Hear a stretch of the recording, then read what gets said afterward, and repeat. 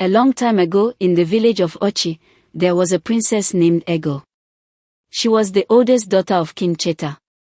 Ego was different from her three younger sisters because she wasn't married, mainly because of her body size. People thought she was too fat, and no one wanted to marry her. Some villagers even made up stories, saying things like, "I heard they tied 3 wrappers around her waist," or "Did you hear she finished a whole goat in a day?" King Cheta and his wife were worried about Ego's weight. They tried to find suitors for her, but no one was interested. Ego had given up on herself because she loved eating so much that she couldn't imagine ever becoming slim. She thought if anyone agreed to marry her, it would be for her status, not because they loved her. Ego always dreamt of being loved by whoever she married. Even though she was generally unhappy, Ego found a bit of joy in dancing. She was an excellent dancer. During festivals, Ego would find a quiet spot where she could hear the music and dance to her heart's content. She used to hide all the time because she didn't want people making fun of her. One day, it was the end of the year, and the annual festival was here, where all the nearby villages celebrated. Everyone was so excited. Some were eager to show off their best clothes, some practiced their dance moves, and others couldn't wait to enjoy the tasty meals. However, Ego wasn't interested in all that. She just wanted to find a quiet place to dance freely. Finally, she found a spot where she could hear the drums and flutes clearly, and she started dancing happily. But then, she heard a drum getting louder. She ignored it and kept dancing. Suddenly, the festival music stopped, but the drumming continued. When she turned around, she saw a man with a big smile playing the drum. He asked, "Why did you stop dancing?" Feeling embarrassed, Ego started running away, and the man chased after her. But because she couldn't run fast, he caught up with her. "Leave me alone," she panted. "Go find someone else to make jokes with." The man looked at her kindly, puzzled about why she considered herself a joke to him. "I got lost trying to find the market square, and when I saw you dancing over there, I decided to support you with my drums," he explained. Ego observed the color of his clothes and realized he wasn't from her community. She thanked him for drumming and directed him to the market square. However, he insisted on continuing to play for her. Without Ego's approval, he started drumming again, encouraging her to dance. Seeing that he wasn't going to give up, she began making small hip movements to the beat. After all, what did she have to lose? He was a stranger she would never meet again, and this was her chance to dance freely. After a while, Ego stopped dancing. "Thank you, Mr. Drummer. I really enjoyed myself," she expressed her gratitude. "My name is Arinze, not Mr. Drummer," he corrected her. Ego shared her name, mentioning that she had to return home. However, Arinze pleaded with her to come back the next day, and Ego agreed. On her way home, she pondered why he was so kind to her and wanted to spend more time together. "Of course, he's not attracted to me," she thought. In Ego's understanding, it seemed unusual for such a handsome man to show interest in her. Despite thinking about him all night, she tried her best not to get too excited. On the evening of the next day, Ego went to meet her new friend, Arinze. When Arinze saw her, he was thrilled, and Ego was equally excited to see him. They spent a long time talking and getting to know each other. Afterwards, Arinze played the drum for Ego to dance. Days turned into weeks, and they continued meeting at their special spots. It became the best time of their day. Eventually, Arinze expressed his feelings for Ego. While she suspected he liked her, Ego didn't want to jump to conclusions. However, she was happy when he finally spoke about it because she felt the same way.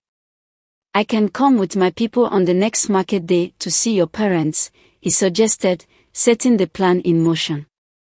Ego promptly informed her parents that a man from the neighboring village would visit them to ask for her hand in marriage. The king and queen were overjoyed, never expecting this day to come. Unfortunately, a calamity struck a week before the arranged meeting. An airborne disease spread across the 4 villages and their surroundings. To prevent the disease from spreading, each village closed its borders, and the rulers instructed everyone to stay indoors. Ego was saddened that her future husband wouldn't be able to see her every day as planned. To make matters worse, a few days after the borders were closed, Ego contracted the airborne disease. For over 3 months, she struggled to stay alive. The illness severely affected her appetite, making it challenging for her to eat even half a plate of food in a day. As the month passed, a herbalist discovered the cure, and gradually, people began to feel better. When Ego fully recovered, she was astonished to find a significant weight loss, almost as small as her 3 sisters. It felt like a dream come true.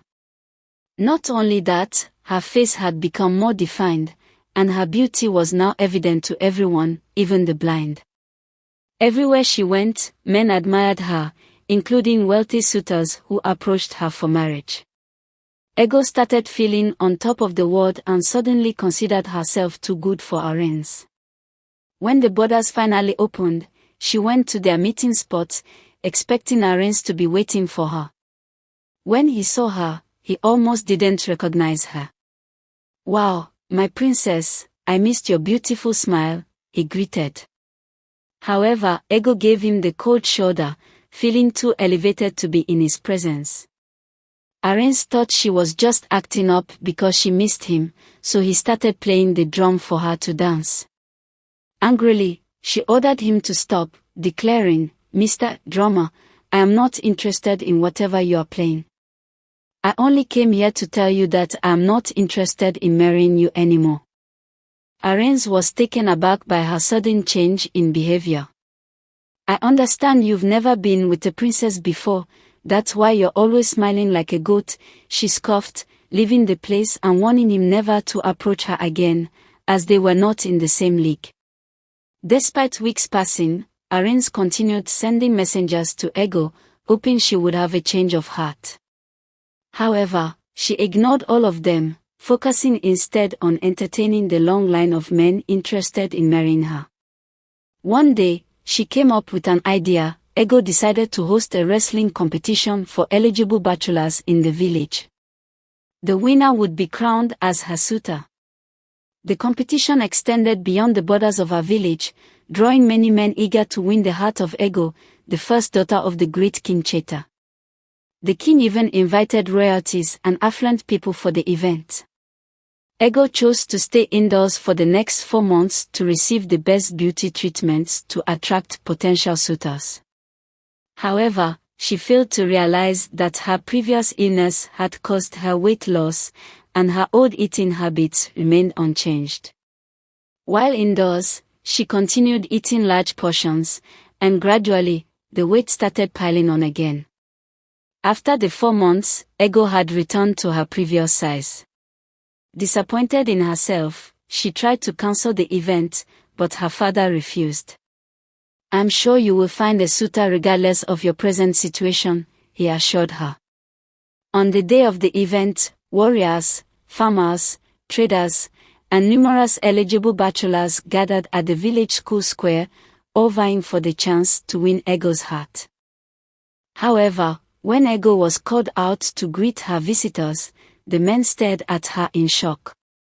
She wasn't what they had expected, and one by one, they started walking away, heading home. Ego felt a deep sense of embarrassment. As she was about to leave in shame, her eyes caught sight of a familiar figure. It was Arinze, but not the Arinze she knew. He was dressed like royalty, a stark contrast to the basic attire he wore during their meetings. They exchanged glances for a moment, interrupted by a voice that broke their gaze. "My prince, your father is ready to leave now." Similar to Ego, Arinze belonged to royalty. His father was the king of one of the 4 villages. However, due to his love for music, Arinze often disguised himself to play with everyone during festivities, avoiding special treatment from other villages. As Ego watched Arinze walk away, she realized she had lost a good man who genuinely loved her regardless. It was a pity as she never had the chance to find love again. Eventually, she had to settle as the 10th wife of an elderly chief. The moral lesson of this story is clear: never neglect those who stood by you during your lowest moments. Such people are becoming rare, and treating them unfairly may result in losing them from your life forever. If you have watched this far, I appreciate your support. If you have enjoyed watching this content, don't forget to like, comment down below, subscribe to the channel and turn on the notification bell so you can be notified about more upcoming videos like this one. Thank you for watching and take care.